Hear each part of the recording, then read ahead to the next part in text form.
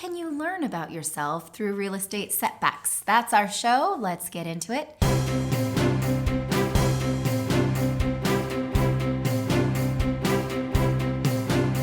Here we are at our very first rental property. Hey everybody, I'm Natali Morris. And I'm Clayton Morris. And we are real estate investors who try to share what we learn along the way with you so that you can succeed as a real estate investor too. In this show, we like to tell things that we're going through, things that are on top of our minds, so that, you're ready for it when it happens to you. Because as a real estate investor, it's a mixed bag. That's the metaphor. Did I use that metaphor right? A mixed bag, yeah. I wanted to throw cat in there, like it's a bag. Don't throw a cat into a mixed bag. Don't do that. So it is a mixed bag, and real estate investing can provide some big setbacks. Look, here's the thing. If it was that easy, everyone would be doing it. And I got news for you. Here's what everyone is doing. They're investing in mutual funds and their 401k in the stock market. And so that's easy, and that's why it's a huge problem, and that's why people aren't building wealth that way. You can do that, though, through real estate investing. Exactly right. So we're going to assume that you think real estate investing is a good thing to do, right? I hope so. If you're watching this channel, you better by now understand. We've built that as a shared value together, me, you, and you. And so now we want to manage your expectations about it, because sometimes we get emails or some kind of contact with investors who say things to us like, oh my gosh, I have a tenant turnover. I never should have done this. I'm going to go broke. And we realize when you sort of peel that onion, it's not at all that person is going to go broke. It's that person was maybe too afraid to begin with, or had not managed their own expectations, or are too scared to handle these kind of setbacks. And a lot of times I read these emails and I'm like, well, you've gone so far between tenant turnover and you're homeless. There are so many things that have to happen in between. Right. That, like, the fact that you went from here all the way there tells you a lot about yourself. And so we want to validate that, yes, that's scary. And you can, of course, it's a possibility, right? So unlikely. And so let's talk about what you're actually saying. Not that, like, there's a tenant turnover and tomorrow I will be begging on a freeway for change, right? So let's think about this for a second. So you have a broken window in your property. Or a tenant turnover. Right? You've got a rental property that you bought, and maybe you borrowed from your 401k to do it. Maybe, I don't know how you did it, right? Maybe you have financing through a bank. You got it set up. And now you have a broken window because little Billy next door threw a rock through the window in the middle of the night. Now you got to fix this window. Oh my gosh, I didn't anticipate that I would have repairs. Let me just have some tough love for you up front. If there's one thing we've taught you here on this channel, it's that you have to build into your formula, your equation, repairs, expenses, taxes, maintenance items, right? Right. So a broken window should have been part of your formula when you started investing. Right, but sometimes you'll have repairs that were not budgeted for. That happens. And when that happens, you have to say to yourself, okay, that's an unexpected setback. How much do I believe in myself now? Because you took the step in the first place to invest in real estate. And so you still have an asset. You have an asset that maybe in this calendar year won't cash flow the way you thought, right? And maybe next year that cuts into your profits too. And so a lot of times people will say, well, that means I never should have done that.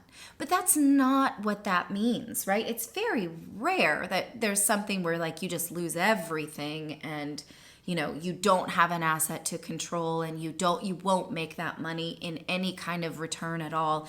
That's really rare. And if that happens, hopefully you didn't put every penny to your name into an asset, so then you still don't have a job, you still don't have the capacity to make that money again, you still don't have anything else to live on, right? So the leap between, oh my gosh, an eviction and then now I'm homeless are so many steps in between, so many of which are probably not going to happen. So why are you going to such extremes emotionally? Right, with news that you don't like? And a lot of times I have these reactions too. A lot of times something will come in, this thing needs repair, and I realize all it is really is an email that I don't like, that will take money from a bank account that I, did not want to spend. And that's it, right? Right, because as I always say, look, there are no problems, there are only challenges. And it's something that her dad likes to talk about, and I've taken this lesson to heart, something over the past few months that he and I have talked about. He says he likes to look at in business, there are no major problems. If you look at each individual thing as an objective, and look at it objectively. Okay, here is this email that comes in, or here is this legal bill, or the city is now suing me for a broken sidewalk, and they're going to sue me $2,000, which after our first rental property in Michigan, we got a letter from the city saying they were going to sue us over a broken sidewalk. Remember that? No. It was the corner property. We're like, what? We just bought this property. We didn't even know. We're like, we have to fix the sidewalk? I thought it was a tax assessment that they said they were going to do it. I don't remember. No, we had to pay for it. It was like $2,100 to fix the sidewalks. And we just happened to buy the property, and then a short time later, the city was wanting to fix the sidewalks. Oh my gosh. Does that mean I made a huge mistake in investing in this property? You could go down that rabbit hole. Right. But these are challenges that emerge. You look at it objectively. You think, okay, maybe I won't cash flow as much this calendar year as I would have because of this city sidewalk assessment. Right. Now that's a write-off, a deduction.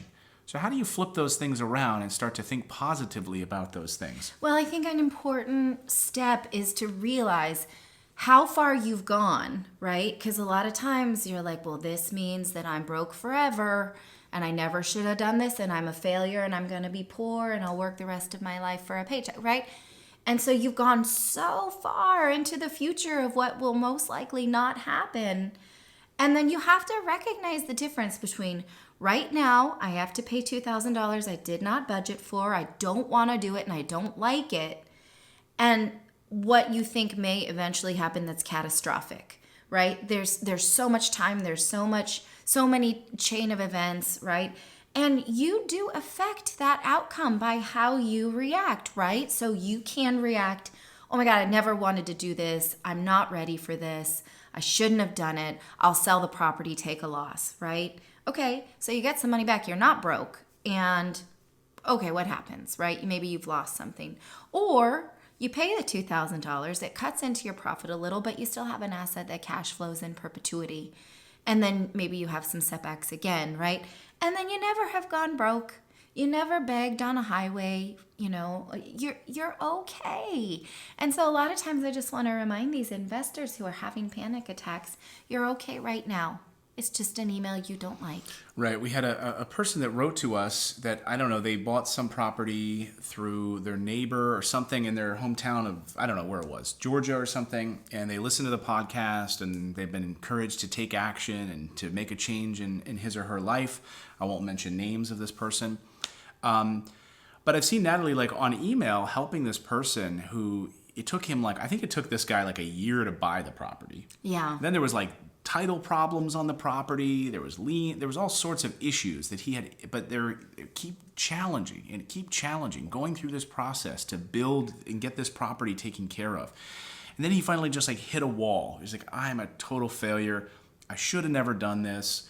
And Natali said to him, let me see the numbers on this property. Even with some of the title issues and repairs that you had to end up doing on this thing, let me see the return on this investment. Let me actually dive into the numbers for you. Because I think maybe just intuitively she had a feeling that he was just having this reaction, this failure reaction. And she started looking at these numbers, and lo and behold, the numbers showed that he actually had a great return on investment. He was making 11%. He was making an 11% return. Even with all these losses, right? And it looked on paper okay, this particular year he's going to have some losses he can claim on his taxes. It's not going to be positive until maybe next year. Mm-hmm. But I remember a friend of ours who invests a lot. He's multimillionaire, has a lot of properties. He said he had a hurricane come through a couple of his properties a number of years ago. And I said, oh, I'm sorry to hear that. I'm sorry to hear that you took storm damage. And he said, why?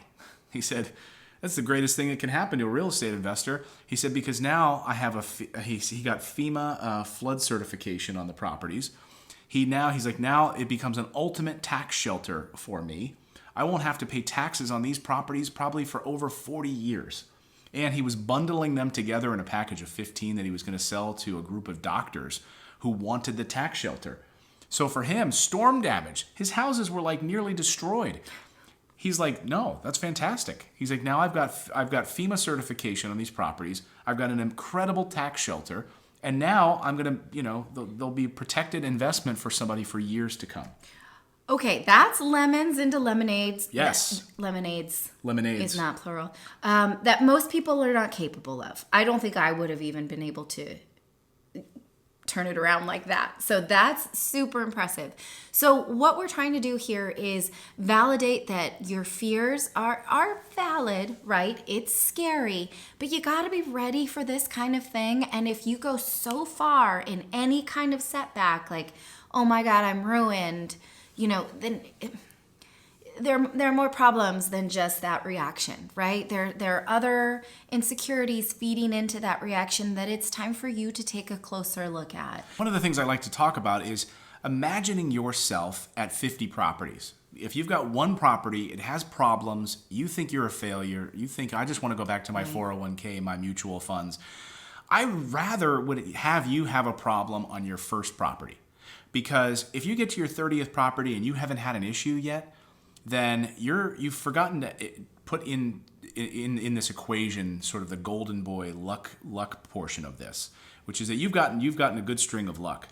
There's going to be a point at which you're going to have problems. You're going to have a terrible tenant. You're going to have a fire in your property. You're going to have storm damage that's going to wipe away something. I would almost rather have you face that at the beginning. So think of yourself, okay, getting through this, and now when I have 50 rental properties, where will my mental capacity be at 50 rental properties? Think about that, and then I think you can totally get on the right path of thinking, all right, this is going to be part of the game. Right. I knew this. And then you know what? You might not have a problem for the next 7 properties, but you experience this setback challenge and you move forward. So I don't want to pretend I'm an expert at this. There are plenty of times we get an email and I'm like, that sucks. And I'm really upset about it, right? And so I control the emotional reaction. So a lot of times I just try to observe how far I can go, right? I do the same thing. We shouldn't have done this. This was a bad investment. A lot of times when we first started, I would even bring it back to Clayton, like, why we do this? You wanted this, I didn't, right? That's very common. I'm sure anyone who's married in a real estate investment family gets that. It happens. And we've interviewed so many people here on the podcast, successful real estate investors who have talked about that, where the husband lost everything in penny stocks and the wife stood by him and they started investing in real estate and had success, but she didn't blame him. And the same thing goes the same in reverse. Wife invests or makes a decision, husband stands by her. We've heard these stories because you're going to have setbacks along the way. But most people, that's not their reaction. Like, that's okay, honey, you did that. I'm fine with it. Shucks. That's fine. A lot of times you're like, why did you want to do this? Right? It's so common, and it's okay as long as you're not having a big emotional reaction at first and you hurt each other, right? So a lot of times you just notice what you think. Like, well, Clayton wanted this one and I didn't. And so, okay. And I feel that same way too. There was a package that she wanted, and I was like, I'm not sure about, and we've had issues on, and but you know what? It's our properties, and we got to work through them. And so then I notice my response. Do I want to blame Clayton? Do I think it's going to wreck us? Do I think that, now I can't pay for my kids' meals today, right? How far do I go? You observe it.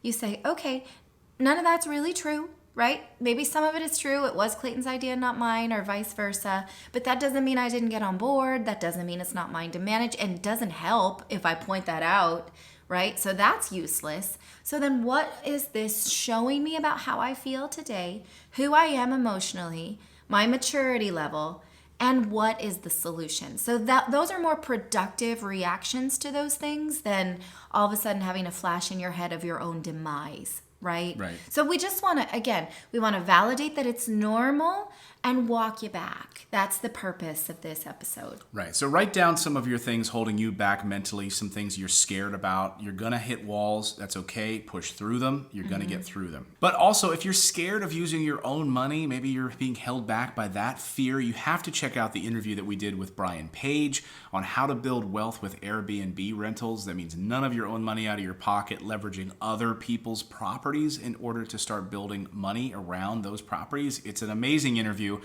I've gotten so many remarkable pieces of feedback on that episode. So if you are a little scared and you're thinking, oh, maybe I could do this somehow without my own money, this is one episode you need to check out. We'll see you next time, everyone. Bye then.